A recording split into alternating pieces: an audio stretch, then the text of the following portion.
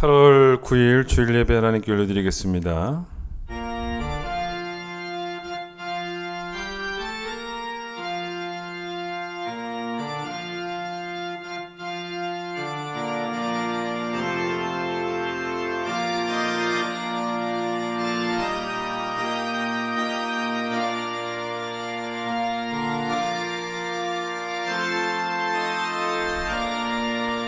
오직 여호와는 그 성전에 계시니 온 땅은 그 앞에서 잠잠할지니라. 기쁨으로 여호와를 섬기며 노래하면서 그의 앞에 나아갈지어다. 하나님은 영이시니 예배하는 자가 영과 진리로 예배할지니라. 아멘.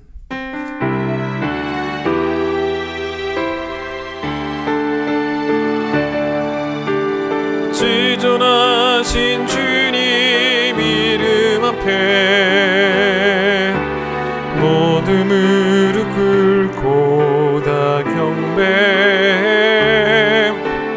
거룩하신 주님 보좌 앞에 엎드려 절하세. 예수는 그리스도,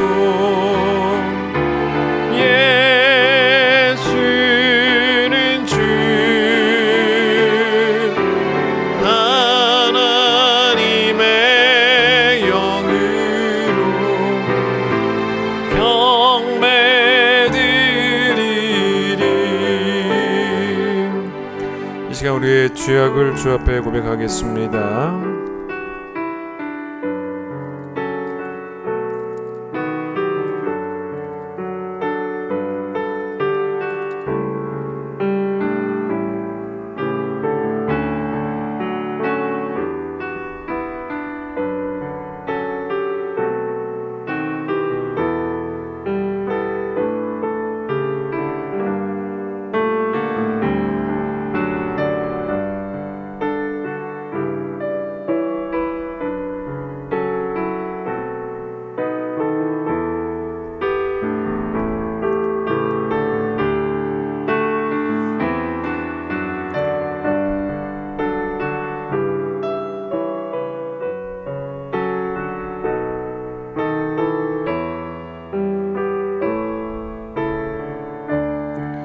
내가 입을 열지 아니할 때에 종일 신음함으로 내 뼈가 쇠하였도다. 주의 손이 주야로 나를 누르시오니 내 진액이 빠져서 여름 가뭄에 마름같이 되었나이다. 주께 내 죄를 아뢰고 내 죄악을 숨기지 아니하였더니 곧 주께서 내 죄악을 사하셨나이다. 허물의 사함을 받고 자신의 죄가 가려진 자는 복이 있도다. 아멘. 신앙 고백합니다. 나는 전능하신 아버지 하나님 천지의 창조주를 믿습니다. 나는 그의 유일하신 아들 우리 주 예수 그리스도를 믿습니다. 그는 성령으로 잉태되어 동정녀 마리아에게서 나시고 본디오 빌라도에게 고난을 받아 십자가에 못 박혀 죽으시고 장사된 지 사흘 만에 죽은 자 가운데서 다시 살아나셨으며 하늘에 오르시어 전능하신 아버지 하나님 우편에 앉아 계시다가 거기로부터 살아있는 자와 죽은 자를 심판하러 오십니다. 나는 성령을 믿으며 거룩한 공교회와 성도의 교제와 죄를 용서받는 것과 몸의 부활과 영생을 믿습니다. 아멘. 찬송가 210장 찬송합니다.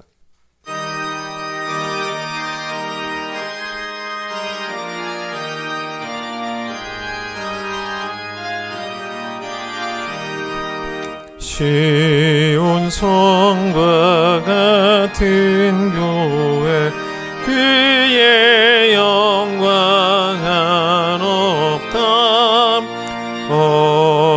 허락하신 말씀대로 주가 진히 세웠담 반석 위에 세운 교회 흔들자가 누구야 모든 원수에 워싸도 아무 근심 없도다. 생명샘이 솟아나와 모든 성도 마시니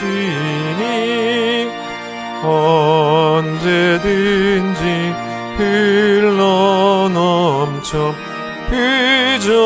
부족함이 없도다. 이런 물이 흘러가니 목마를 자 누구랴. 주의 은혜 풍족하여 넘치고도 넘친다. 주의 은혜 내가 받아 시온 백성 되는 때 세상 사람 비방해도 주를 찬송하리라. 세상 어떤 모든 영광 아침 안개 같으나 주의 자녀 받을 복은 영원 무궁하도다. 아멘. 데살로니가 전서 1장을 보겠습니다. 신약 329페이지. 데살로니가 전서 1장 6절로 10절까지 말씀을 제가 읽도록 하겠습니다. 데살로니가 전서 1장 6절로 10절입니다. 또 너희는 많은 환난 가운데서 성령의 기쁨으로 말씀을 받아 우리와 주를 본받은 자가 되었으니 그러므로 너희가 마게도냐와 아가야에 있는 모든 믿는 자의 본이 되었느니라. 주의 말씀이 너희에게로부터 마게도냐와 아가야에만 들릴 뿐 아니라 하나님을 향하는 너의 믿음의 소문이 각처에 퍼졌으므로 우리는 아무 말도 할 것이 없노라. 그들이 우리에 대하여 스스로 말하기를 우리가 어떻게 너희 가운데 들어갔는지와 너희가 어떻게 우상을 버리고 하나님께로 돌아와서 살아계시고 참되신 하나님을 섬기는지와 또 죽은 자들 가운데서 다시 살리신 그의 아들이 하늘로부터 강림하실 것을 너희가 어떻게 기다리는지를 말하니 이는 장래의 노하심의 소리를 건지시는 예수니라. 아멘. 오늘은 이원영 집사님 기도십니다. 사랑과 은혜가 충만하신 하나님 아버지, 한 주간도 주님의 은혜 가운데 살아가게 하시고 우리의 일상 가운데 이 평온한 기적과 같은 일상의 축복을 주심에 또 그 모든 것이 하나님의 사랑과 은혜였음을 고백하게 됩니다. 우리 자신이 교만하지 않고 자랑치 않으며 주님 앞에서는 한낱 무익한 종임을 고백하는 겸손한 마음을 허락하여 주시옵소서. 땅에서 칭찬받기보다는 하늘에서 받을 상급을 사모하게 하는 큰 기쁨 교회 성도가 될 수 있도록 축복해 주시옵소서. 사랑의 하나님 아버지, 코로나19로 인해서 아직도 우리의 생활이 온전하게 되돌아가지 못하고 예배 또한 온전히 드리지 못하고 있습니다. 말씀의 나눔과 교제의 위로 믿는 자들의 신앙의 공동체를 함께하지 못하고 있습니다. 대한민국을 코로나19로부터 지켜주시옵소서. 파주 교화 지역을 지켜주시옵소서. 저희 큰 기쁨 교회를 지켜주시옵소서. 저희들의 예배를 온전히 회복시켜주시고 마음껏 소리 높여 찬양하며 두 손 들고 회개 기도를 올릴 수 있도록 저희들의 상황과 여건을 회복시켜 주시옵소서. 사랑과 은혜가 충만하신 하나님 아버지, 저희 큰 기쁨 교회 교회학교 부목사님, 전사님, 선생님들 위해 기도합니다. 원하 없기는 이 교사의 직분을 잘 감당하도록 영육간의 강건함 주시옵고 성심한 기도와 진실한 마음으로 우리에게 맡겨진 영혼들을 주님과 같은 마음으로 품고 사랑하게 하시고 먼저 몸과 마음으로 본을 보이는 전도사님들과 선생님들이 되게 하여 주시옵소서. 또한 세상의 이치와 가치관이 아닌 하나님의 나라의 비전과 가치관을 전할 수 있는 교사들 되도록 이끌어 주시옵소서. 사랑과 은혜가 충만하신 하나님 아버지, 주께서 맡겨주신 직분, 구역장, 전도회장, 봉사부, 섬김부 등의 사명을 마지막까지 최선을 다해 감당하게 하여 주시옵소서. 비록 코로나19로 인해서 모임과 행동에 제약이 많더라도 가능한 한 힘써 부족한 교제와 봉사의 손길을 메어가고 서로서로 위로하고 격려하는 큰 기쁨 교회가 되게 하여 주시옵소서. 또한 몸이 불편하고 아프신 성도님들 돌봐주셔서 건강토록 지켜주시옵고 지금의 이 어려운 환경과 상황으로 생활의 어려움을 겪는 성도님들 주님 크신 사랑과 은혜로 채워주셔서 하루하루 넉넉히 살아갈 힘 주시옵소서. 사랑과 은혜가 충만하신 하나님 아버지, 지금 이 순간에도 해외 선교에 힘쓰시는 신주영 선교사님을 돌아보시옵소서. 아버지 하나님 늘 함께하여 주시오며 저희 큰기쁨교회가 한마음으로 기도로서 동역하게 하여 주시옵소서. 저희 큰기쁨교회 선교와 구제에 더욱 힘쓰는 교회가 되게 하여 주시옵소서. 주님 보시기에 부끄럽지 않은 본이 되는 교회가 되게 하사 이 파주교회 지역이 주님의 나라가 되는데 크게 쓰임받는 큰기쁨교회 되게 하여 주시옵소서. 오늘 저희가 드리는 예배가 감사가 충만한 예배가 되게 하여 주시옵고 은혜로 채워 주시옵소서. 오늘 말씀 전하실 김석환 목사님, 성령님들 함께 하사 영육간의 강건함 주시옵고 저희 큰기쁨교회 넉넉히 잘 이끌어갈 힘 주시오며 오늘 예배 끝나는 시간까지 경건하게 하사 은혜 더욱 많이 받게 하여 주시옵소서. 감사드리며 예수님 이름으로 기도드렸습니다. 아멘.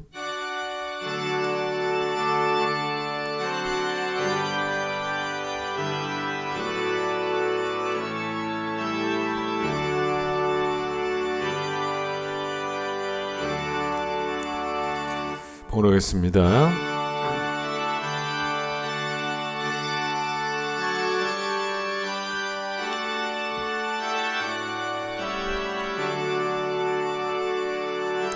내게 있는 모든 것을 아낌없이 드리네. 사랑하고 의지하며 주만 따라 살리라. 주께 드리네. 주께 드리네. 사랑하는 구주 앞에 모두 드리네. 아멘. 존귀하신 하나님을 예배합니다. 우리 예배를 받아주시기를 소망합니다. 하나님, 순종이 제사보다 낫다고 말씀하셨사오니 우리의 삶도 하나님이 기뻐하시는 예배가 될 수 있도록, 또한 우리의 순종이 즐거움이 되게 하여 주셔서 승리하는 즐거움, 또 감사하는 즐거움, 쓰임받는 즐거움, 인도함 받는 즐거움이 우리 안에 회복될 수 있도록 주께서 축복해 주시기를 간절히 소망합니다. 하나님께 10배를 구분하여 드리라는 그 명령에 순종해서 10배를 드립니다. 하나님의 것을 잘 구분할 수 있도록 내가 가지려 하지 말고 그것마저 쓰려 하지 말고 하나님께 꼭 드릴 수 있도록 믿음 허락해 주시고, 감사로 제사를 드려야 영화롭게 하겠다고 말씀하셨사오니 오늘도 주님을 영화롭게 하기 위하여 감사하는 마음으로 예물을 드립니다. 선교하고 구제하는 일에, 세상의 약자들을 돌보는 일에 힘쓰라고 명령하셨기에 그 말씀에 순종하여 드린 예물 받아주시고, 이 예물이 쓰여질 때마다 하나님께서 우리 교회를 귀히 사용하시는 역사가 일어나게 하여 주시고, 이 예물이 쓰일 때마다 주를 믿는 자의 수가 더하여 주는 축복이 있게 하여 주시고, 이 예물이 쓰일 때마다 하나님 나라가 이 땅 가운데 온전히 세워질 수 있도록 주님 축복하여 주시옵소서. 예수님 이름으로 기도드립니다. 아멘. 교회 소식입니다. 오늘은 저희 교회 창립 기념 주일입니다. 온라인으로 예배 드리지만 또 하나님께서 우리 교회를 세우신 그 은혜 또 감사하는 마음으로 함께 또 기뻐해 주시기를 바랍니다. 찬양하겠습니다.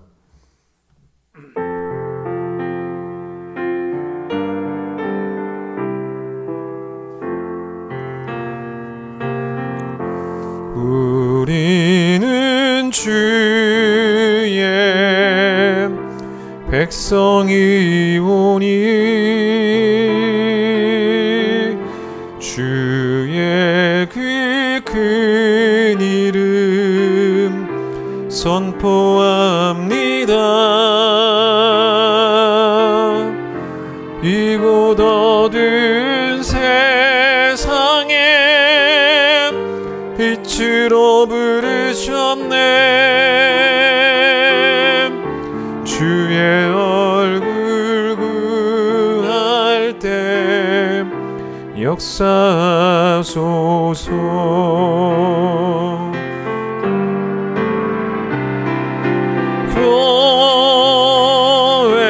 교회를 세우시고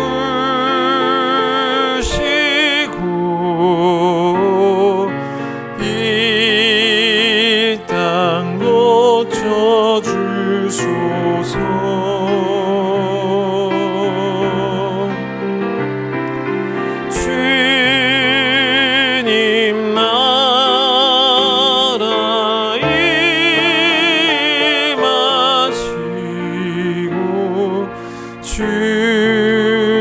주 뜻 이루어지이다. 저에게 꿈이 있다면 제가 이 목사로 섬기고 있는 우리 큰기쁨 교회가 좋은 교회가 되는 게, 하나님이 기뻐하시는, 하나님이 인정하시는 좋은 교회가 되는 게 저에게 꿈입니다. 어쩌면 저의 또 평생의 남은 여생의 목표일 수도 있고요. 2012년 8월 8일이 수요일이었는데 그때 우리 교회 구본당에서 성도들이 모여서 수요 예배를 처음 드립니다. 그러면서 이 공간에서의 예배는 시작이 되었고, 그리고 8월 12일이 주일이었는데 그날 첫 번째 우리 교회 주일 예배, 그날이 이제 창립 주일이기도 하죠.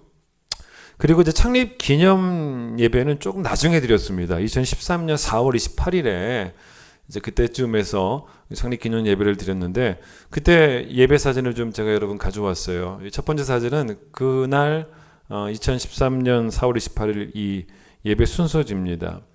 그 다음에 보이는 사진은 예배 드리는 모습이에요. 그날 이제 오신 우리 교인도 있었지만 외부 손님들도 있어서 그날 예배를 드리는 모습이고, 그 다음 사진은 그날 이제 성가대가 특순을 한 사진입니다. 이날 이제 감동은 이 마지막 사진이에요. 한번 봐보세요. 이게 뭐냐면 특송하는 시간인데, 이 마지막 순서였는데 이 특송을 누가 했냐면 그때 우리 교회 출석 성도들이 다 같이 불렀습니다. 그러니까 애들까지. 여러분 사진에 보시면 저기 뒤에 애들도 보일 겁니다. 다 모여서 그렇게 중간중간 복도에 서서 특송을 했던 기억이 납니다. 그때 불렀던 이제 찬송이 뭐였냐면 우리에게 소원이 있네. 근데 거기 있었던 모든 우리 교회 성도들의 소원이 뭐였냐면, 다짐이 뭐였냐면 교회를 교회되게, 교회를 교회되게, 큰기쁨 교회를 꼭 교회다운 교회로 세워가겠다라는 그런 거룩한 다짐이 있었던 그런 예배였습니다. 교회는 신약 성경에서 건물이라는 의미로 쓰인 적이 없습니다. 교회는 구원받은 사람들의 거의 거룩한 모임이 교회입니다. 그래서 교회가 되려면 반드시 건물이 있어야 된다라고 하는 개념은 성경에 나오지를 않습니다. 예를 들어서 바울이 로마서 16장에서 브리스길라와 아굴라 부부를 이야기를 할 때, 이 부부는 바울의 그 목회에 귀한 동역자였는데 심지어는 자기들의 집마저도 예배 처소로 제공을 했던 그런 사람들이었습니다. 그걸 바울이 로마서 16장에서 뭐라고 말했냐면 5절에 저희 집에 있는 교회라고 말합니다. 그러니까 브리스길라와 아굴라의 집을 교회라고 말하지 않습니다. 그 집은 교회다라고 말한 게 아니라, 그렇게 되면 오해가 될 수 있지 않습니까? 그 집 건물이 교회라고 생각이 될 수 있기 때문에 그렇게 말하지 않고 그들 집에 있는 교회라는 거예요. 이 교회라는 단어를 보십시오. 그러면 이게 무슨 말입니까? 이 말이 브리스길라와 아굴라 그들 집 안에 또 하나의 교회 건물이 들어와 있다는 것입니까? 그런 게 아니잖아요. 건물이 있다는 말이 아니지 않습니까? 그게 아니고 그들 집 안에 믿는 자들이 모였다는 거예요. 그 모임이 있다라는 겁니다. 그게 교회죠. 여러분 생각해 보세요. 지금 이 시대는 사실 교회 그러면 당장 건물이 떠오릅니다. 강남에 한번 가보세요. 사랑의 교회라고 어마어마한 건물을 세우는 교회가 있습니다. 명일동에 가보세요. 명성교회라고 건물 꽤나 큽니다. 동네가 다 명성교회인 것처럼. 인천에 가보시면요, 부평에 주한장로교회라고 하는 거기 교회는 거의 본당이 규모가 한 만석 정도가 될 정도로 아주 큰 체육관만한 그런 건물을 가지고 있습니다. 일산과 운정에 가보면요, 여러분 교회 건물 안에 에스컬레이터도 있더라고요. 전 또 그런 교회는 처음 봤네요. 예? 일산 베델교회, 운정 베델교회, 에스컬레이터도 있는. 그런데 건물이 좋은 교회를 좋은 교회라고 말한다는 것은 사실 이 교회의 성경적인 의미를 전혀 모르는 사람들이 하는 말입니다. 신약 성경에 이 교회라는 단어가 나올 때마다 이 시대는 사실 가만 생각해 보면 교회 건물이 없었죠. 무슨 교회 건물이 있었겠습니까? 근데 그 단어가 쓰이지 않습니까? 특별히 이 시대는 여러분 기독교가 박해를 받던 시절입니다. 교회를 건물을 지어서 십자가라도 걸어놓으면요 당장 헐릴 만한 그런 시대였어요. 그러니 신약에 나오는 교회라는 단어는 단 한 번도 건물을 의미한 적이 없어요. 오늘 본문에서도 바울이 데살로니가 교회 성도들에게 편지를 보내는데 이 교회 성도들도 박해를 받고 있다는 걸 언급을 합니다. 6절 보세요. 뭐라 그럽니까? 너희가 많은 환난 가운데서도라고 말하지 않습니까? 그러니까 이 교회가 참 좋은 교회였다라는 말을 제가 오늘 하고 싶은 건데 또 바울이 하고 있는데 당연히 건물에 관한 이야기 아니라는 거죠. 근데 여러분 이 오늘날 성도들이 생각하는 좋은 교회가 어떤 교회겠냐는 거죠. 건물이 좋은 교회까지는 생각하지 않더라도 성도들이 생각하는 좋은 교회의 첫 번째 조건은 뭐냐면 목사님의 설교가 좋은 교회라는 거예요. 그래서 여러분 우리 교회 교인들도 그렇고 또 뭐 다른 교회 교인도 그렇지만 우리 교회 교인들도 그런 분들 계실 겁니다. 우리 교회를 나오지만은 거리가 멀어서 진짜 못 가서 진짜 분당 우리 교회가 바로 옆에만 있으면 거기 같이 우리 교회 왔겠냐는 거예요. 쉽게 생각하면. 예? 요즘 한국 교인들이 참 좋아하는 설교자가 분당 우리 교회 이찬수 목사님, 스타 목사님입니다. 참 훌륭하신 목사님, 여러 가지 면에서 훌륭하시다고 저는 봅니다. 근데 거기다가 말씀까지 잘 전하신단 말입니다. 근데 여러분 우리 교회 성도들이 파주니까 못 가는 거지. 분당에 살았으면 갈 거 아니겠습니까? 그리고 여러분 거기 가서 그 말씀 들으면서도 은혜 받고 그럴 거 아니겠습니까? 못 가니까 유튜브라도 보는 거고요.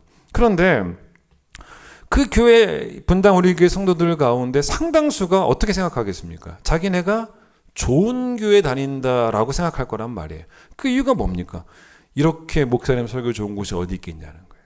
그러니까 이렇게 목사님 설교 좋은 교회에 자기들이 출석하고 있다는 것만으로 자기들은 좋은 교회 다니고 있는 거예요. 맞습니까? 이게 충분하겠습니까? 이게? 또 어떤 사람에게는 여러분 좋은 교회는 어떤 교회냐면요. 상당히 개혁적인 교회인 거죠. 그 중에 하나가 뭐냐면 그동안 한국 교회들이 해오지 않았던 그게 바로 뭡니까? 재정의 투명성이죠. 물론 이 부분은 상당히 중요합니다. 우리 교회도 이 부분은 분명히 하는 교회입니다. 재정을 투명하게 합니다. 근데 여러분 재정이 투명하지 못한 교회들이 워낙 많다 보니까 재정이 투명한 교회를 찾는 그런 성도들에게 그리고 또 민주적인 교회를 찾는 성도들에게 인기가 높은 교회들은 뭐 이런 표현을 쓰는 거죠. 개혁적인 교회라고 표현을 쓰기도 하겠죠. 그런데 여러분 과연 그것만 있으면 되겠냐는 거예요. 그러면 좋은 교회겠냐는 거예요. 근데 바울의 접근은 사실 그렇지 않아요. 바울의 접근은 바울이 말하는 좋은 교회는 성도 그 교회 구성원인 성도 한 사람 한 사람이 좋은 성도가 되어야지만 교회가 좋은 교회가 된다는 것입니다. 교회는 구원받은 사람들의 모임인데 그 전체가 좋다라고 말하려면 구성원 한 사람 한 사람이 좋지 않고서는 전체가 좋아질 수가 없다는 거예요. 그걸 얘기합니다. 그건 상식이죠, 사실은. 교회는 함께 세워가는 곳이 교회인데, 근데 그게 아니라 교회가 얼마나 많이 완성된 모습을 성도들에게 제시해 주느냐를 성도들이 먼저 따진다는 거예요. 건물의 완성도가 어떠냐를 따지는 분도 있을 것이고, 설교의 완성도가 어떠냐, 교회 재정 투명성의 완성도가 어떠냐. 그런데 그거는 이미 다 세워진 교회에 자기가 들어가겠다는 거잖아요. 근데 그게 사실 아니거든요. 그게 아니고 바울이 서신서에서 쓴 교회라는 개념은 교회를 이루는 성도 한 사람 한 사람들이 다 같이 만들어가는 교회예요.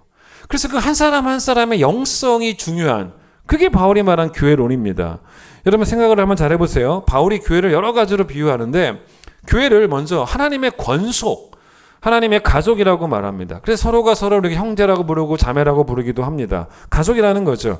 근데 여러분 어떤 가정이 좋은 가정이겠냐는 거예요. 여러분 좋은 가정이라고 말할 때 그 집에 아빠 엄마가 정말 좋은 사람이면 그 가정은 무조건 좋은 가정입니까? 우린 그렇게까지 말하지는 않아요.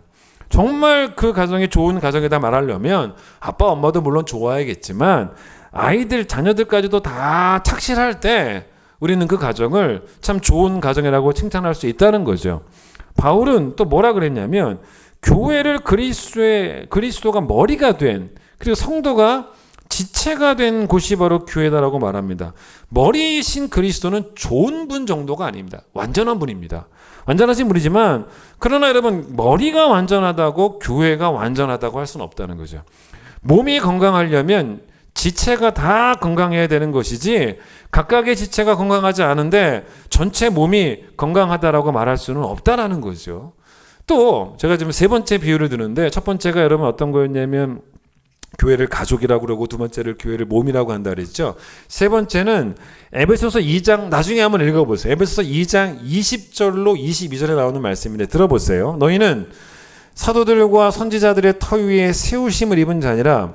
그리스도 예수께서 친히 모퉁이 돌이 되셨느니라. 그의 안에서 건물마다 서로 연결하여 주 안에서 성전이 되어가고, 너희도 성령 안에서 하나님이 거하실 처소가 되기 위하여 그리스도 예수 안에서 함께 지어져 가느니라 라고 이렇게 진행형으로 말합니다. 이게 어떤 그림이냐면, 한번 그림을 머릿속에 그려보라는 거예요. 교회를 보이지는 않지만 보이지 않는 건물의 개념으로 한번 그려보라는 것입니다. 우선 기초가 필요한데, 그 기초는 사도들의 가르침이라는 거예요. 즉 사도들이 가르쳤던 바른 그 복음의 진리가 교회의 기초가 되어야 된다는 건데, 그런데 이 건물의 벽들을 누구라고 하냐는 거예요. 벽들을 성도라고 말한다는 거예요. 그 벽이든 아니면 뭐 벽돌이든 간에, 여러분 건물이 튼튼하려면 바른 진리만 잘 가르치면, 목사님이 설교 잘하면, 목사님이 사도들이 가르쳤던 것을 잘 가르치는, 그래서 기초가 튼튼하면, 그러면 건물이 튼튼하다고 말할 수 있겠냐는 거예요. 아니죠. 건물이 튼튼하려면 기초도 중요하겠지만 벽돌 한 장 한 장 한 장이 다 단단해야 되는 거예요. 그래야 건물이 든든히 서갑니다. 모퉁이 돌을 예수 그리스도라고 했습니다. 모퉁이 돌이 뭐냐면 건물의 벽과 벽이 만나는 지점에 세워진 기초돌이기도 하지만, 또 벽과 벽을 연결하는 역할을 모퉁이 돌이 합니다. 예수님은 교회의 기초이기도 하지만 나와 너를 연결해서 우리를 하나 되게 하시는 분이 예수님이라는 거예요. 그런 의미에서 모퉁이 돌, 그리고 보통 이 시대에 모퉁이 돌에는 어떻게 있냐면 그 건물을 세운 자의 이름을 씁니다. 그러니까 예수님이 모퉁이 돌이라는 말은 뭐냐면, 그 건물을 쓴 자의 이름이 쓰여진 것은 그 건물의 소유자가 누구인지를 밝힌 거예요. 그러니까 이 교회에 모퉁이 돌이 있을 때 거기에 이름이 새겨진 분은 담임 목사가 아니라는 거예요. 예수 그리스도라는 것입니다. 따라서 이 교회의 주인은 바로 예수 그리스도라는 것도 분명히 선포되어야 된다는 거죠. 중요한 것은 벽돌들이 부실하면 교회가 건강할 수는 없다는 거예요. 자, 오늘 본문은 데살로니가 교회에 보낸 편지인데, 바울이 2차 선교 여행 때 복음을 전해서 그때 시작된 교회가 바로 이 교회입니다. 근데 이 교회가 참 좋은 교회였어요. 그런데 어느 정도로 좋은 교회였냐면, 이 좋은 교회라고 소문이 날 정도로 좋은 교회였다는 거예요. 소문 난다는 건 좋은 거죠. 동시에 소문 날 정도로 좋은 교회였을 뿐만 아니라 다른 교회의 성도들이 본받고 싶을 정도로 좋은 교회였다는 겁니다. 4절 보세요. 읽지는 않았습니다. 4절 보세요. 하나님의 뭘 받았어요? 하나님의 사랑하심을 받은 형제들아, 너희를 택하심을 아노라 라고 말합니다. 역시나 바울은 이 교회를 향해서도 선택 교리를 말합니다. 그렇죠? 그러니까 우리가 사랑받을 만한 모습이 전혀 없지만 하나님이 사랑하시기에 우리가 사랑스럽기 때문에가 아니에요. 하나님이 사랑하시기에, 하나님 우리를 사랑하시기 때문에 우리를 창세전부터 예정하시고 택하셔서 천국 백성으로 삼으셨다라는, 그게 4절이에요. 그러니까 왜 우리를 선택하셨는가라고 하는 참 어려운 질문에 성경은 많은 답을 주지 않습니다. 성경이 제시하는 답은 이 정도예요. 우리를 사랑하시기 때문에라고 이 정도만 성경을 설명하고 있습니다. 자, 그런데 이 데살로니가 교회가 좋은 교회로 막 소문이 나고, 또 다른 교회 성도들이 진짜 본받고 싶을 정도의 교회가 되었다는 것, 여러분 그게 바로 7절이죠. 뭐라고 나왔습니까? 그러므로 너희가 마게도냐와 아가야에 있는 모든 믿는 자의 본이 되었고, 8절은 소문나고 있고, 뭐 그런 이야기입니다. 그런데 이 교회가 이렇게 되는 것은 읽어보시면 당연히 이 교회 건물에 관한 이야기 아니죠. 또 이 교회에서 말씀을 전했던 사도들의 명설교에 관한 이야기도 아니죠. 또 이 교회가 어떤 재정의 투명함이 있는 개혁적인 교회였다, 그것도 아니었습니다. 이 교회 성도들이 한 사람 한 사람이 신앙생활을 잘했다는 거예요. 한 사람 한 사람이, 성도들이 다 좋은 성도였을 때 이 교회 전체에 대한 평가가 좋았다는 거예요. 이게 바로 그 본문이거든요. 그게 우선은 여러분 보세요. 3절이에요. 이 교회 성도들 한 사람 한 사람이 뭘 잘했냐면 믿음의 역사, 사랑의 수고, 소망의 인내를 잘했다는 것입니다. 자, 그런데 오늘은 3절을 말하려는 게 아니고요. 오늘은 9절과 10절을 말하려고 하는 거예요. 9절과 10절 때문에 한 성도 한 성도 전부 다 이 9절과 10절에 애를 썼기 때문에 이 교회가 좋은 교회라고 말을 하고 있다는 거죠. 에베소서 4장에 보면요, 여기도 교회론이 나오는데 12절에 바울이 어떤 말을 하냐면 그리스도의 몸을 세운다라는 말을 해요. 교회를 세운다는 거죠. 교회가 건강하게 성장해야 된다는 말입니다. 그런데 여러분 바로 뒤에 13절에 뭐라는지 아세요? 그렇게 되려면 어떻게 되는지 아세요? 한 사람 한 사람 한 사람이 그리스도의 장성한 분량에 충만한 데까지 이르라고 말해요. 한번 찾아볼까요? 찾아보고 오겠습니다. 한번 보면서 얘기하죠. 에베소서 4장을 한번 가보세요. 이게 그런 논리입니다. 에베소서 4장을 한번 314페이지 보세요. 자, 4장 12절 보세요. 끝에 보시면 그리스도의 뭘 세워요? 몸을 세워요. 교회가 좋은 교회로 성장한다, 건강하게 자란다는 것입니다. 그러려면 13절 보세요. 한 사람 한 사람 한 사람이 전부 다 그리스도의 장성한 분량에 이르러야 된다는 거예요. 한 사람 한 사람 한 사람이. 그렇게 됐을 때 공동체 전체가, 모든 지체가 그리스도에게까지 자라나는 교회가 되는 거죠. 그렇게 되었을 때 16절 보세요. 다 읽지는 않겠습니다. 16절 보세요. 온몸이 한 사람 한 사람이 다 바로 서면 각 마디를 통해 연결이 되잖아요. 결합이 되지 않습니까? 그래서 그 몸을 자라게 한다는 거예요. 이게 교회 부흥이에요. 이게 교회 성장입니다. 여러분 데살로니가 교회는 바로 그런 교회였다는 거예요. 성도들 모두가 여러분 그리스도에게까지 자라려고 했던 교회였다는 것입니다. 그걸 어떻게 할 수 있냐? 6절을 보세요. 6절. 또 너희는 다시 돌아서 많은 환난 가운데서 성령의 기쁨으로 말씀을 받아서 우리와 누구를? 주를 본받는 자가 됐다. 그러니까 모든 성도들이 한 명 한 명 다 그리스도의 장성한 분량까지 이르려고 했기 때문에 그래서 교회가 좋은 교회 됐다는 거예요. 이게 중요한 거죠. 자, 7절 보세요. 자, 믿는 자의 본이 되었다. 이런 얘기가 어떤 얘기겠습니까? 여러분, 누가 진짜 축구를 진짜 잘하는 사람은 누굽니까? 저는 축구를 못해요. 근데 저 같은 사람이 TV를 보면서 이렇게 저 선수 되게 잘한다 라고 평가해 봐야 그 선수가 정말 잘하는지는 모를 일이에요. 그런데 그게 아니고 여러분 선수들끼리 축구를 잘하는 선수들 사이에서 인정받는 선수가 정말 잘하는 선수겠죠. 그 얘기예요. 7절은 뭐냐면 모든 믿는 자들이 본받고 싶었다. 성도들이 인정했던 그런 교회가 바로 이 교회였다는 것입니다. 게다가 여러분 본이 되었다는 것은 누군가에게 잠시 동안 보기 좋아서는 본이 안 돼요. 꾸준하게 변함없이 그렇게 되어야지만 그쯤 돼야지만 누군가의 본이 되는 겁니다. 저는 우리 교회가 이런 교회 됐으면 좋겠습니다. 원래 여러분 생일날은 소원 비는 날이 아니에요. 생일날은 소원 비는 날이 아니고 다짐하는 날입니다. 내가 이 땅에 태어났으니까 이제 꼭 이렇게 살겠노라고 다짐하는 날이 바로 생일날인데 여러분 교회 생일도 마찬가지입니다. 우리 공동체의 다짐이 이 본문처럼 한 사람 한 사람의 다짐이 다 모아져야 된다는 거예요. 한 사람 한 사람 다짐이 모아져야지만 공동체의 다짐이 되고 그래야 이 우리 교회 전체가 좋은 교회라고 그렇게 본이 되는 교회가 될 수 있고 게다가 8절 보세요. 그 소문이 각처에 퍼졌다라고 나오는데 세상 모든 지역을 말하는 것 같지는 않고요. 그 당시 그리스도인들이 살고 있었던 곳이라면 교회가 있었던 곳이라면 거의 다 퍼졌다. 이렇게 보시면 될 것 같습니다. 게다가 어느 정도로 대단했냐면 그 다음 보세요. 8절 맨 끝에 보세요. 우리는 아무 말도 할 것이 없었다라는 말이 뭔지를 아셔야 됩니다. 이게 뭐냐면 이게 할 말이 없네 이게 바울이 감탄한다는 말이 아닙니다.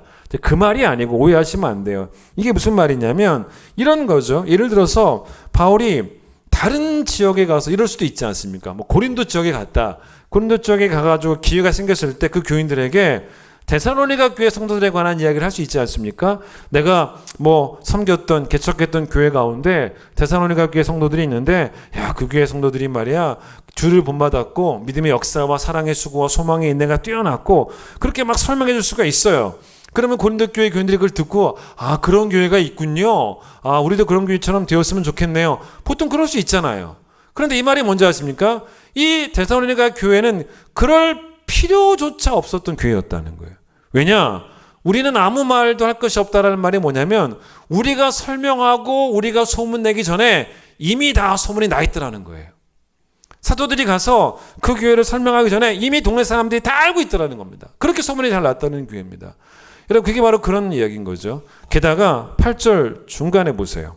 주의 말씀이 너희에게로부터 마게도냐와 아가야에만 들릴 뿐 아니라 라고 말할 때 이 들린다라는 단어에 좀 관심을 가질 필요가 있습니다. 이 들린다라는 단어가 엑세케오마이라는 단어인데 이 단어는 특별히 어떤 경우에 많이 쓰였냐면 천둥이 울려 퍼지는 거예요.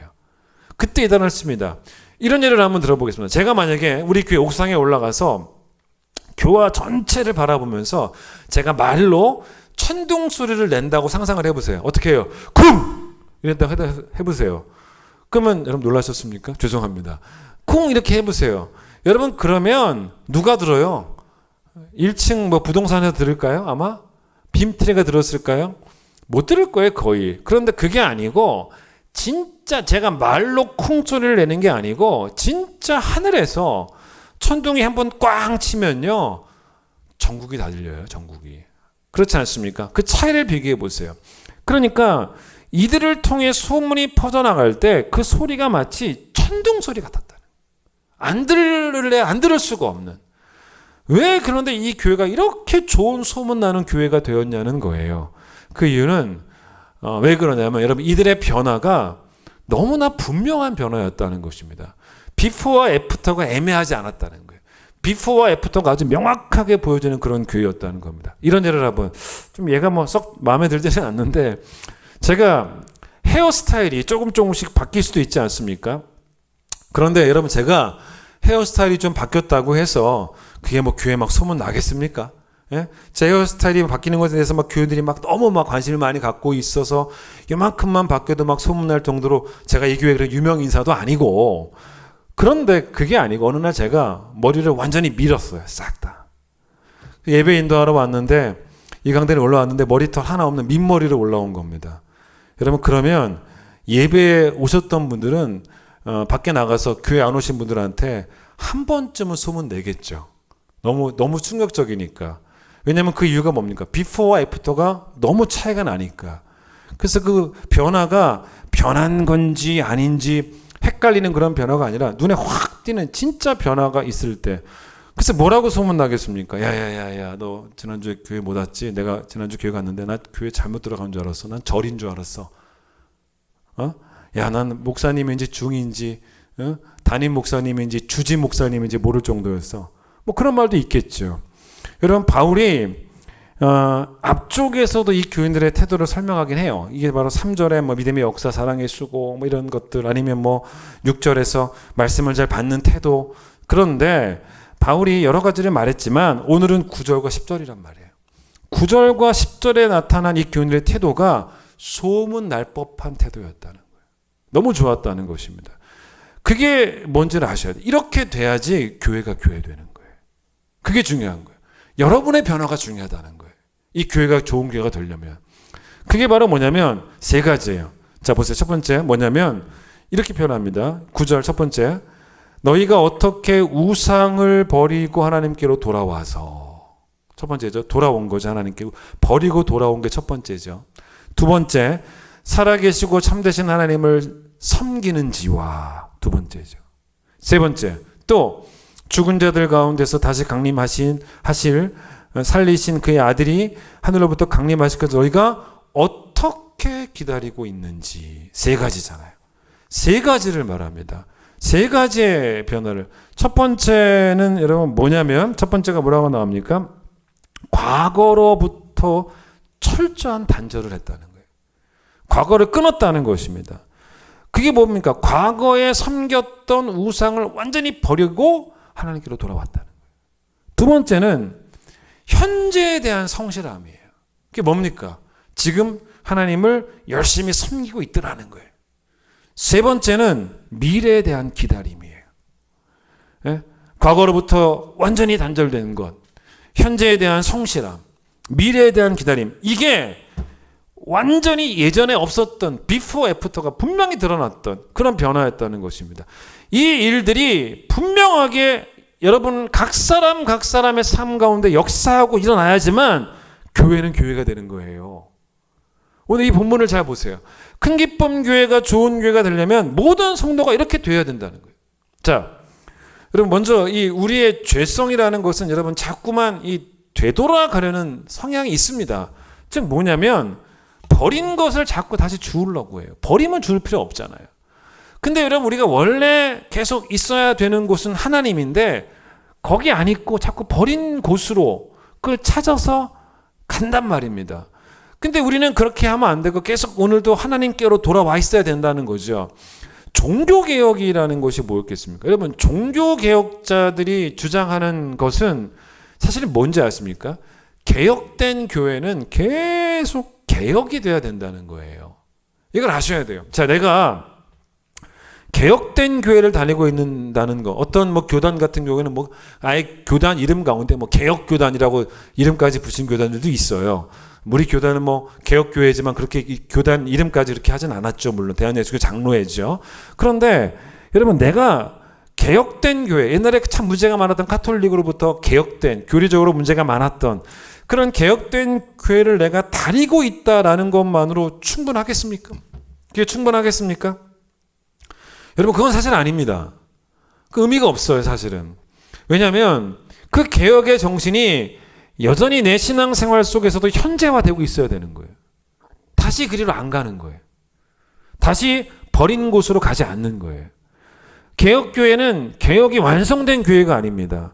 지금도 안 돌아가려고, 잘못된 곳으로 안 돌아가려고 계속 개혁하고 있는 교회가 개혁교회예요. 내 안에 자꾸만 다시 우상으로 돌아가고자 하는 그 죄성을 오늘도 단호하게 저지하는 능력이 바로 개혁이에요. 그게 필요합니다. 자, 구약 성경에 나오는 사람들 가운데 에스라와 느헤미야가 있습니다. 여러분 에스라와 느헤미야가 누군지 아세요? 개혁가들이에요. 개혁가들이었습니다. 그 시대의 종교 개혁가였다라고 말해도 과언이 아닙니다. 이스라엘 백성이 바벨론에서 70년 동안 포로 생활을 합니다. 그러고 난 다음에 포로 생활을 끝마치고 이제 귀환을 할 때 총 3차례 3번에 걸친 귀환이 있어요. 근데 첫 번째 귀환이 누구가 주도한 귀환이었냐면 스룹바벨이라는 사람이 데리고 옵니다. 근데 이 스룹바벨은 뭘 했냐면 무너진 성전을 건축하는 일에 주력합니다. 그 하드웨어를 만드는 거죠, 다시 한번. 그래서 스룹바벨에 의해서 건축된 1차 귀환을 해서 스룹바벨에 의해서 건축된 성전을 제일 처음 지어진 그 성전을 솔로몬이 지어서 솔로몬 성전이라고 했다면 무너졌던 그 성전을 바벨론 포로 생활 끝나고 돌아와서 다시 지었기 때문에 그거를 스룹바벨 성전이라고 말을 합니다. 근데 그 성전의 재건 공사가 끝났을 때 그게 어디까지 나왔냐면 에스라 1장부터 6장까지가 그 얘기입니다. 그리고 난 다음에 좀 세월이 조금 지나고 난 다음에 그러니까 1차 기환이 있고 성전이 완공되고 나서는 한 58년 정도 지났고 1차 기환 이후로는 한 80년 지난 시점에 2차 기환이 있습니다. 그때 2차 기환을 주도했던 사람이 바로 누구냐면 에스라예요. 근데 이 에스라가 데리고 온 게 에스라 7장부터 10장까지, 에스라가 총 10장까지 있거든요. 그런데 에스라가 돌아온 이유가 명확해요. 에스라가 왜 데리고 왔냐면, 에스라는 뭐하러 왔냐면 개혁하러 온 거예요. 개혁하러 온 거예요. 이게 뭐였겠습니까? 여러분, 이 처음에 왔던 사람들의 문제점이 뭐였겠어요? 여러분, 처음에 왔던 사람들이 그랬지 않았을 거예요. 처음에 와서 막 성전을 건축하고 막 그럴 때는 얼마나 이 사람들이 영이 살아 있었겠습니까? 문제는 세월이에요. 이 세월이 우리를 자꾸만 후퇴하게 합니다. 세월을 이기지 못하는 거예요. 그 세월만큼 영적으로 후퇴한 겁니다. 그러다 보니까 이 이스라엘 공동체라는 곳이 성전은 지었는데 그 건물이 어떻게 그 공동체의 영성을 지켜내 주겠습니까? 그 말이 안 돼요. 마찬가지입니다. 여러분, 교회 건물이 우리 영성을 지켜준다는 것이 아니에요. 끝없는 개혁이 우리를 지키는 거예요. 그 개혁을 위해서 에스라가 온 겁니다. 그 다음에 여러분 3차 귀환 때는 이제 누가 데리고 오냐면 느헤미야가 주도해요. 그런데 느헤미야는 사실 표면적으로는 성벽을 건축하는 일을 맡은 그런 행정가, 정치가처럼 보일지 모르겠지만 여러분 그게 아니었어요. 사실 에스라가 느헤미야 시대도 같이 생존하거든요. 그래서 여러분 에스라와 느헤미야가 같이 동역을 해요. 그게 느헤미야 8장에 나와요. 동역하면서 이스라엘 성도들의 영적인 개혁, 영적인 부흥운동을 계속 불러일으킵니다. 그러니까 성전의 재건, 성벽의 재건으로 공동체가 회복됐다고 말할 수 없다는 거예요. 진정한 공동체 회복이 뭔지 아십니까? 과거의 잘못된 삶을 완전히 단절시켜버리는 거예요. 근데 그 단절이 왜 어렵냐면 자꾸 돌아가려고 하잖아요. 그러니까 그 단절을 위해서 매일매일 개혁을 하는 거예요. 내 스스로를. 그게 어디 나오냐? 한번 들어보세요. 잠언 26장 11절. 개가 그 토한 것을 도로 먹는 것 같이 미련한 자는 그 미련하는 것을 거듭 행하느니라. 버린 곳으로 토한 곳으로 계속 돌아가는 것이 미련하다라고 성경이 말하고 있지 않습니까? 여러분 데살로니가 교회인들 완전한 교회였겠냐는 거예요. 그러나 적어도 이 교회는 멈춰 있거나 또는 뒤로 물러서는 교회는 아니었던 것 같아요. 내가 하나님께 돌아왔는데 멈춰 있어도 안 되고 뒤로 물러서도 안 되고 하나님을 다시 떠나는 미련함이 있으면 안 되지 않습니까? 그거를 이겨내기 위해서, 세월을 이겨내기 위해서 몸부림쳤던 그런 교회였던 것 같습니다. 자, 우상과 하나님을 비교를 합니다. 다시 한번 9절을 보세요. 9절. 여기서 우상을 뭐라 그러냐면 너희가 어떻게 중간 보세요. 우상을 버리고 하나님께로 돌아왔는데 그 하나님이 어떤 하나님이라고 말하냐면 살아계시고 참되신 하나님이다라고 말하죠. 그럼 반대는 뭐겠어요?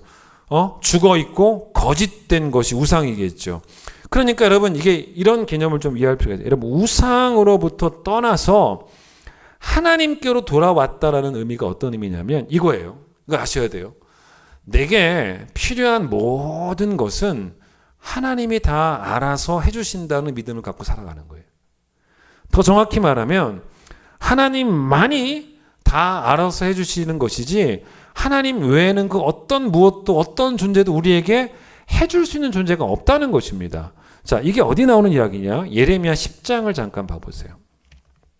예레미야 10장을 보도록 하겠습니다.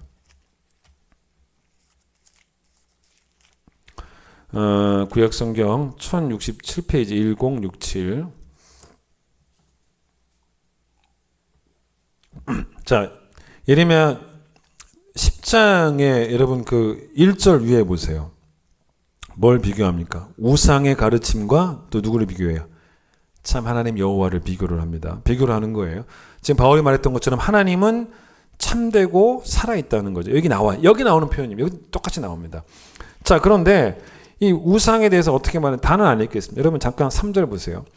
여러 나라의 풍습은 헛된 것이니 살림에서 벤 나무요 기슬공의 두 손이 도끼로 만든 것이라. 우상이 그렇다는 거죠. 그들이 은과 금으로 그것에 꾸미고 못과 장도리로 그것을 든든히 하여 흔들리지 않게 하나니 라는 말을 합니다. 무슨 말이냐면 하나님은 우리를 만드셨지만 사람은 우상을 만들었다는 거예요.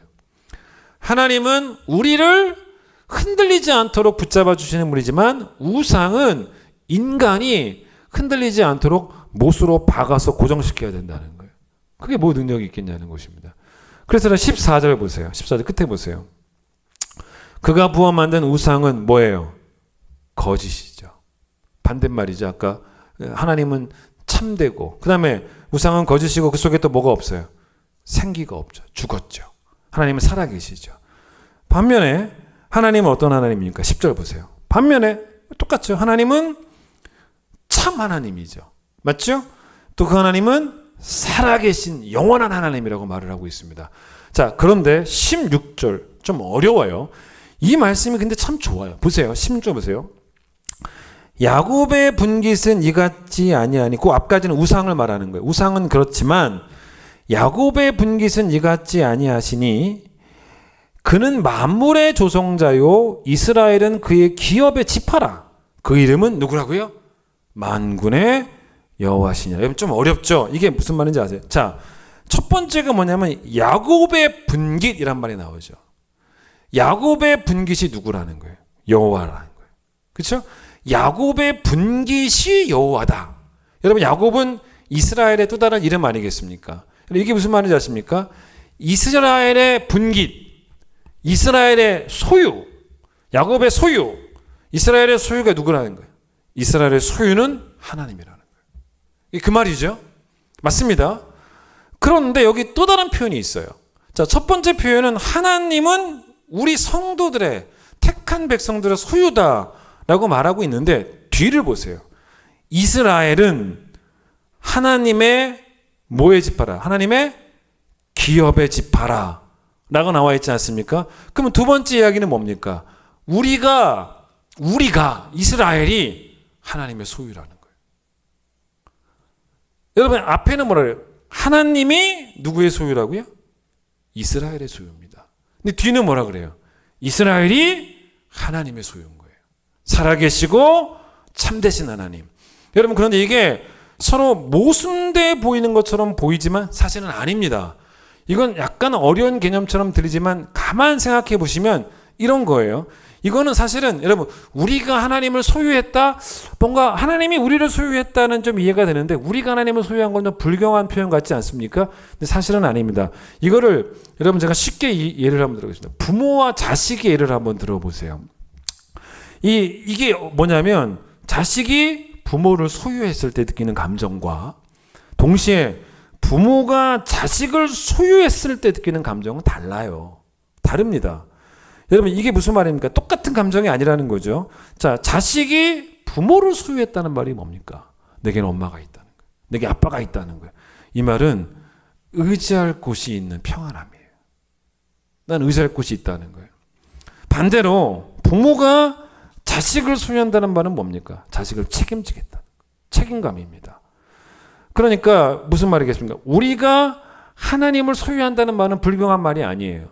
그게 아니고 하나님을 신뢰한다는 거예요.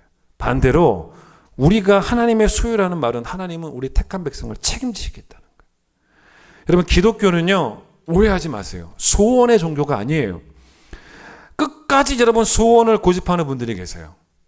여러분 끝까지 소원을 고집하게 되면 기독교는 자칫 잘못하면 하나님을 우상처럼 섬기는 꼴이 되는 거예요. 우상들 앞에서 이 우상 숭배자들이 포기하지 않았던 게 바로 뭡니까? 자기 소원이에요. 그 포기하지 않습니다. 그런데 여러분 기독교는 그게 아니에요. 내게 필요한 모든 것은 하나님이 다 알아서 해주신다라는 그 태도는 바로 뭐냐면 우상 없이 하나님만 붙잡고 살아가는 인생을 말합니다. 그런데 우리는 하나님을 우상처럼 섬기는 경향도 있지만 끝까지 소원 포기하지 않을 경우에 동시에 내게 필요한 것들을 나도 해줄 수 있고 또 내게 필요한 것들을 다른 사람도 해줄 수 있고 또 특별히 내게 필요한 것을 돈도 해줄 수 있다고 믿기도 합니다. 그런 사람들에게는 뭐가 우상이냐면 나 자신이 우상이 될 수 있는 것이고 힘 있어 보이는 다른 사람이 우상이 될 수도 있는 것이고 힘 있어 보이는 돈도 우상이 될 수 있다는 것입니다. 자, 데살로니가 교회가 왜 이 교회 성도들이 왜 좋은 교회였냐면 어떤 형태든지 간에 우상을 끊었다는 거예요. 어떤 사람이 교회를 비난하면서 뭐라고 말하는지 아십니까? 기독교를요 목발 종교라고 비아냥거리는 글을 읽은 적이 있어요. 무슨 말이냐면 자기들 힘으로는 아무것도 할 수 없는 불구자들의 종교가 기독교라는 거예요. 목발 짚고 다니는 사람들이나 좋아하는 종교가 기독교라는 것입니다. 목발 없이 혼자 걸을 수 있다면 뭐하러 그렇게 하겠냐는, 뭐하러 교회 다니겠냐는 것입니다. 여러분 그런데 기독교는요 사실 그런 정도의 종교가 아닙니다. 목발 정도의 종교가 아니에요. 사실은 기독교는 아예 하나님이 우리를 안고 가시는 종교예요. 아예 우리를 업고 가시는 종교가 기독교입니다. 목발 짚고 다닌다고 세상이 비웃을지를 몰라도 잘 들어보세요. 그러한 이게 중요해요. 마음의 가난함이 교회의 교회됨이에요. 하나님을 확실하게 의지해서 교회는 그것 때문에 소문이 나야 되는 거예요. 다른 게 없어요. 목발을 짚고 다닌다고 비아냥거려도 우리는 하나님께만 소망을 두고 예전에 붙잡았던 그 무엇이든지 간에 그것이 우상일 경우에 완전히 버리고 다시는 거들떠보지도 않고 그리고 자꾸만 돌아가려고 하는 그 죄성을 끊임없이 개혁할 때 우리의 약함을 인정하는 것이 굴욕적인 것이 아니고 그것이 하나님을 긍정하는 길임을 알 때 교회는 제대로 된 교회가 되는 거예요. 그게 바로 어떤 교회였냐? 데살로니가 교회였다는 거예요. 그 부분이 철저했다는 것입니다. 동시에 이들은 현재에 대해서는 하나님을 섬겼고 장래에 대해서는 그리스도의 재림을 기다렸다는 것입니다. 오늘은 9절 10절을 본다고 했습니다. 근데 사실 이거는 사실 가만 보면 따로라기보다는 사실은 동시적인 것이라고 볼 수 있습니다. 왜냐? 여러분 현재 내가 하나님을 섬기는 그 열정이요. 재림신앙이 없으면 안 돼요. 여러분 재림신앙이 없으면 하나님을 섬기는 열정은 반드시 긴장감을 잃어버립니다. 자, 에스라와 느헤미야가 했던 것이 뭐냐면 그 세월 동안 이스라엘 백성들이 영적인 긴장감을 놓쳐버린 걸 개혁한 거예요. 1차 포로로 돌아온 다음에 그 한 80년 지나는 세월 동안 정말 흐지부지해졌던, 여러분 로마서 13장에 어떤 말씀이 나오냐면 들어보세요. 11절입니다. 또한 너희가 이 시기를 알거니와 자다가 깰 때가 벌써 되었으니 이는 이제 우리의 구원이 처음 믿을 때보다 가까웠음이라 라는 말합니다. 무척 이 11절 한 절에 사도 바울이 긴장감을 주는 단어를 자꾸 써요. 뭐라 그러냐면 자다가 깰 때가 벌써 되었다. 벌써 되었다. 그런 표현. 우리의 구원이 처음 믿을 때보다 가까웠다. 뭔가 긴장감이 느껴지지 않습니까? 그런 표현을 씁니다. 여러분 이게 무슨 말이냐면 재림을 준비하라는 말, 주님의 재림을 준비하라는 말이거든요. 자고 있으면 안 되고 빨리빨리 깨어 있어야 된다. 벌써부터 깨어 있었어야 되지. 그런 말을 하고 있는 것이고, 그 다음 처음 믿을 때보다 구원이 가까웠다. 이 말이 뭐겠습니까? 주님의 재림은 사실은 날마다 가까워지고 있는 거예요. 우리가 처음 믿었을 때, 회심했을 때, 교회 와서 말씀 듣고 은혜 받고 예수를 믿게 되고 세례 받고 그때보다 더 가까워졌어요. 날마다 가까워졌습니다. 여러분 그런데 이유가 있어요. 왜 주의 재림이 날마다 가까워지는지 아십니까? 그 날이 정해져 있기 때문이에요. 여러분 그 날이 정해져 있지 않다면, 그 날이 아직 미정이라면 날마다 가까워지고 있다라고 말할 수는 없는 거예요. 언제인지 모르는데. 그런데 여러분 우리가 그 날이 언제인지는 모르지만 정해져 있잖아요. 하나님은 아시죠. 그게 내일일 수도 있어요. 아니면 10년 뒤일 수도 있고 100년 뒤일 수도 있습니다. 그런데 만약에 여러분 이게 우리의 성향이 뭐냐면 정해져 있지 않다면 우리는 게을러져요. 사람이 이 남은 날을 바라볼 수 있다는 것만큼 사람을 진지하게 만드는 게 사실은 없습니다. 에베소서 5장 16절에 어떤 말씀이 나오냐면, 제가 다 일단 뒤에 부분만 읽을게요. 뒤에 뭐라 그러냐면 때가 악하니라라 그래요. 때가 악하니라. 여러분 이 때가 악하니라를 다른 말로 바꿔볼까요? 그 뭔지 아십니까? 주의 재림이 가까웠다는 거예요. 그게 때가 악한 거예요. 그런데 바로 그 앞에 뭐라고 말합니까? 세월을 아끼라. 때가 악하니라. 그거예요. 때가 악하고 주님의 재림이 가까웠다는 것을 알면 자연스러운 반응이 뭐냐면 세월을 아끼는 반응. 여러분 기다린다는 것은 다른 말이 아니에요. 세월을 아끼고 있다는 거예요. 멍하니 기다리는 게 아닙니다. 그러니까 기다린다는 것은 여기 이 교회처럼 하나님을 섬기는 현재의 그 열정에 계속 불이 붙는 거예요. 무관하지 않아요. 기다리니까 세월을 아끼는 거예요. 자, 이게 무슨 말이냐? 더 쉽게 설명하면 여러분 목사는 70에 은퇴를 합니다. 제가 지난 2012년에 이 교회를 시작하면서 8년, 만으로 8년이에요. 8년 동안 목회를 해보니까요. 그 시간들이 진짜 순식간에 사라집니다. 요즘은요, 좀 진짜 요즘 어떠냐면요. 월요일 시작되면 곧바로 주일이에요. 그렇게 빨라요, 진짜로. 그런데 그 시간들이 막 순식간에 지나갔단 말이에요. 8년이라는 세월이 만으로. 근데 사실 이렇게 돌아보면 아쉬움만 남습니다. 이 시간들을 내가 더 최선을 다했어야 되는데, 하나님을 섬기고 성도를 섬기는 현재적인 일들에 더 최선을 다했어야 되는데 벌써 8년이라는 시간이 지나갔구나라는 생각이 들어요.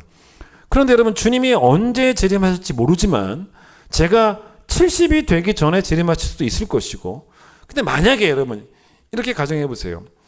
은퇴 없이 주님 재림이 정해있지도 않고, 주님은 재림 안 하실 수도 있고, 심지어는 하나님도 안 정하셨고, 또 은퇴도 날짜가 없어요. 제가 만약에 은퇴 없이 쭉 목회를 한다고 생각하면 여러분 뻔해요. 오늘이라고 하는 날의 긴장감은 떨어져요. 왜냐? 아직 시간도 기회도 많다라는 생각이 들 수밖에 없습니다. 그러나 만약에 제가 70까지 목회를 한다라고 한다면 아직 70 많이 남았다로 이해되지는 않습니다. 그게 그렇게 이해되는 게 아니고, 지난 8년도 이렇게 빨리 지나갔으니 앞으로 얼마나 빨리 지나가겠는가라는 생각밖에 들 수가 없어요. 빨리 70이 되었으면 좋겠다. 빨리 은퇴하고 싶다. 그건 잘못된 목회죠. 그게 아니고 70이 금방 다다를 시간이기 때문에 세월을 아껴야겠다. 이게 바로 목회입니다. 여러분, 데살로니가 교회 성도가 정말 좋은 교회였다는 것은 하나님을 섬기는 현재적인 그 일들을 주님 재림을 생각하니까 미룰 수가 없었다는 거예요. 미룰 수가 없었다는 거예요. 그리고 하나님을 섬기는 그 일들을 매일매일이 마지막 날인 것처럼 그렇게 최선을 다했을 때 누가 봐도 이 교회 성도들은 세월을 아끼며 조금이라도 더 주님 재림 전에 주님을 더 섬기고 싶었던 그 마음, 그래서 조금 더 섬기다가 더 많이 섬기다가 주님을 만나고 싶었던 그런 교인들이었고, 그 열심이 소문날 정도의 열심이었고 그 열심이 본받고 싶을 정도의 열심이었다는 것입니다. 오늘 말씀을 정리하겠습니다. 저는 이 창립기념주일에 어떤 말씀을 전할까 여러 본문을 좀 고민해 보다가 오늘 본문을 택했는데, 저는 우리 교회가 여러분 데살로니가 교회처럼 소문날 정도로 꼭 좋은 교회가 되기를 간절히 축복합니다. 세상에 여러분 그 지탄을 받지 않으면 참 다행인 그런 교회가 되는 수준이 아니에요. 로마서 13장 10절에 어떤 말씀이 나오냐면 사랑은 이웃에게 악을 행하지 않는다라는 말씀이 나옵니다. 맞죠? 사랑하면 사람들에게 나쁜 짓 하면 안 된다는 거예요. 근데 여러분 이건 되게 소극적인 사랑입니다. 그런데 그 앞에 8절에 이미 적극적인 사랑이 나와요. 어떤 사랑이 나오냐면 피차 사랑의 빛 외에는 어떤 빛도 지지 말라는 거예요.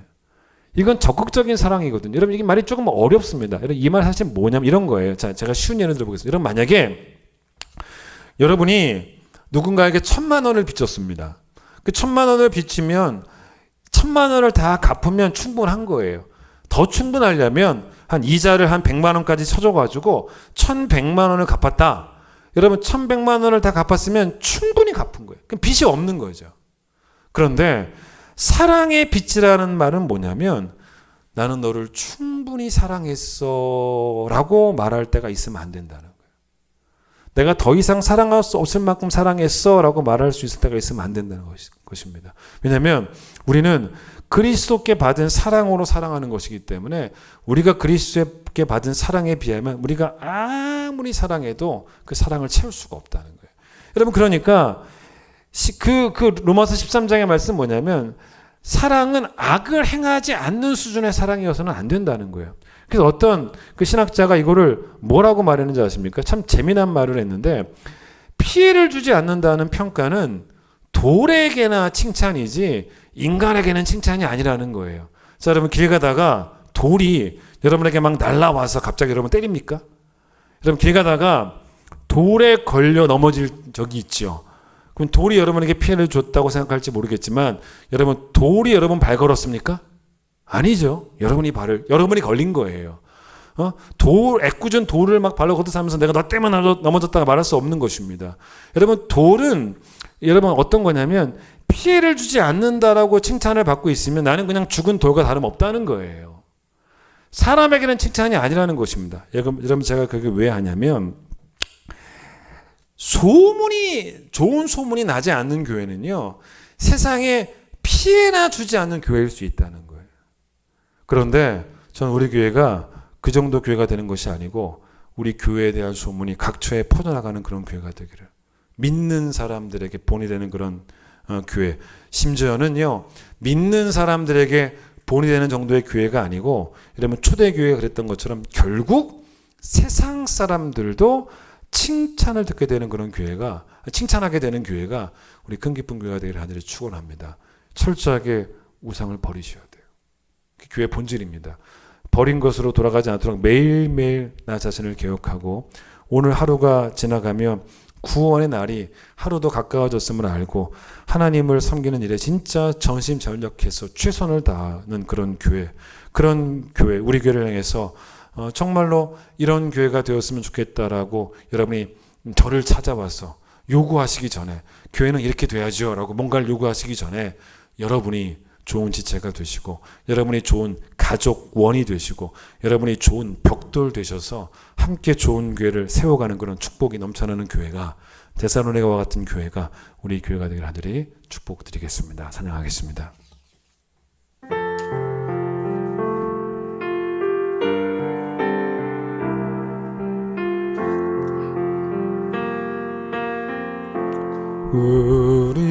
우리는 주의 백성이오니 주의 그 큰 이름 선포합니다. 이곳 어두운 세상에 빛으로 부르셨네.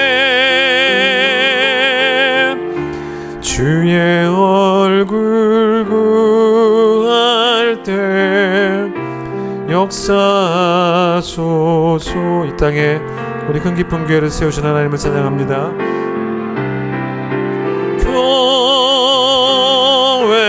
교회를 세우시고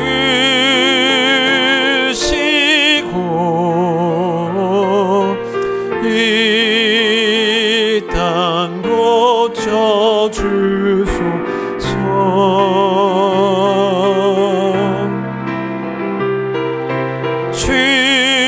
주님 나라 임하시고 주 뜻 이루어지. 우리는 주의 교회입니다. 주의 백성입니다. 우리는 주의 백성이오니 주의 그 큰 이름 선포합니다. 이곳 어두운 세상에 빛으로 부르셨네. 주의 얼굴 구할 때 역사하소서. 이 땅에 우리 큰 기쁨 교회를 세우신 하나님, 교회를 세우시고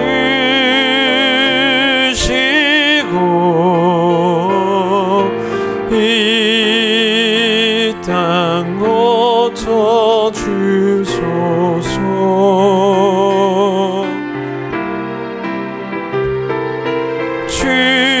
주님 나라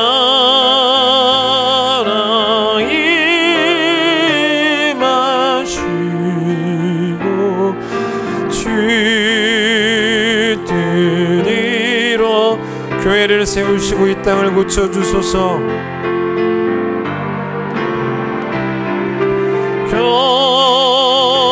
교회를 세우시고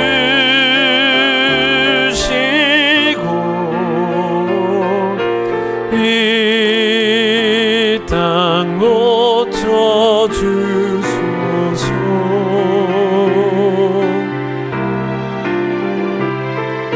주님 나라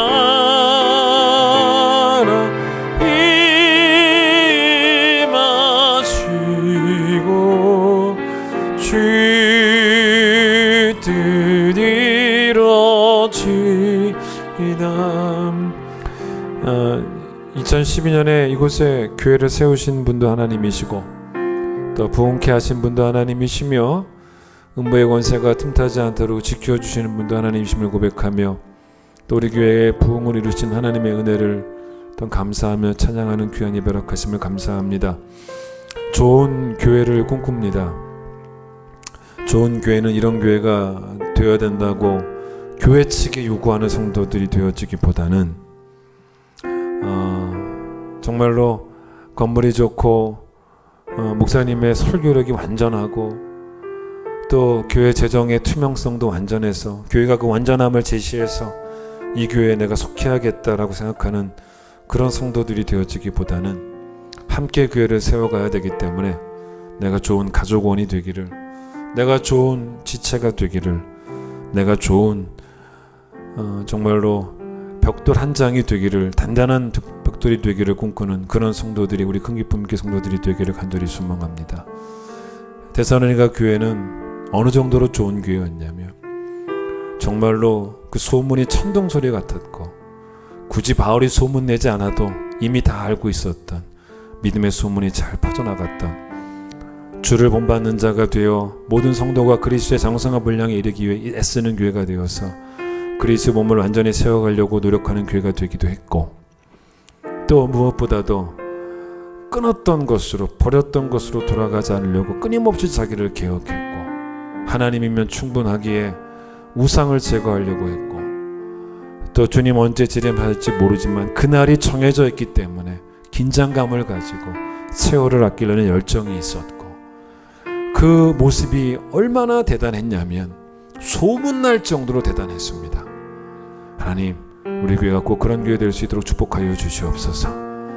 하나님, 우리 교회가 정말로 악한 것으로부터 우리 교회를 지켜내는, 또는 세상에 악을 행하지 않는 하나님 그런 교회 정도로만 머물러 있는 교회가 되지 말게 하여 주시고, 좋은 소문 나서 믿는 자들의 본이 되기도 하고 초대교회처럼 세상 사람들에게도 칭찬받는 교회가 꼭 우리 교회 될 수 있도록, 큰 기쁨 교회 될 수 있도록, 이 지역사회에 큰 기쁨 될 수 있도록, 우리 성도들의 삶의 기쁨이 회복되는 교회 될 수 있도록 하나님 교회를 더 사랑하게 하시고 교회를 위해 헌신하게 하여 주시고, 교회를 위해서 오늘도 맡겨주신 사명을 잘 감당하는 성도들이, 우리 큰 기쁨 교회 모든 성도들 될 수 있도록 주님 축복해 주시기를 원합니다.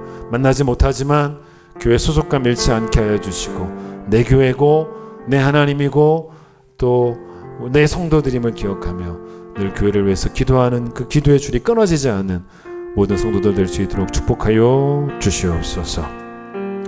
이제 예수님 놀라우신 은혜와 하나님의 크신 사랑과 성령의 역사하심이 교회를 교회되도록 하기 위하여 데살로니가 교회 성도들을 본받기를 원하는 우리 큰 기쁨의 모든 성도들을 위해 함께 하시길 간절히 축원하옵나이다. 아멘.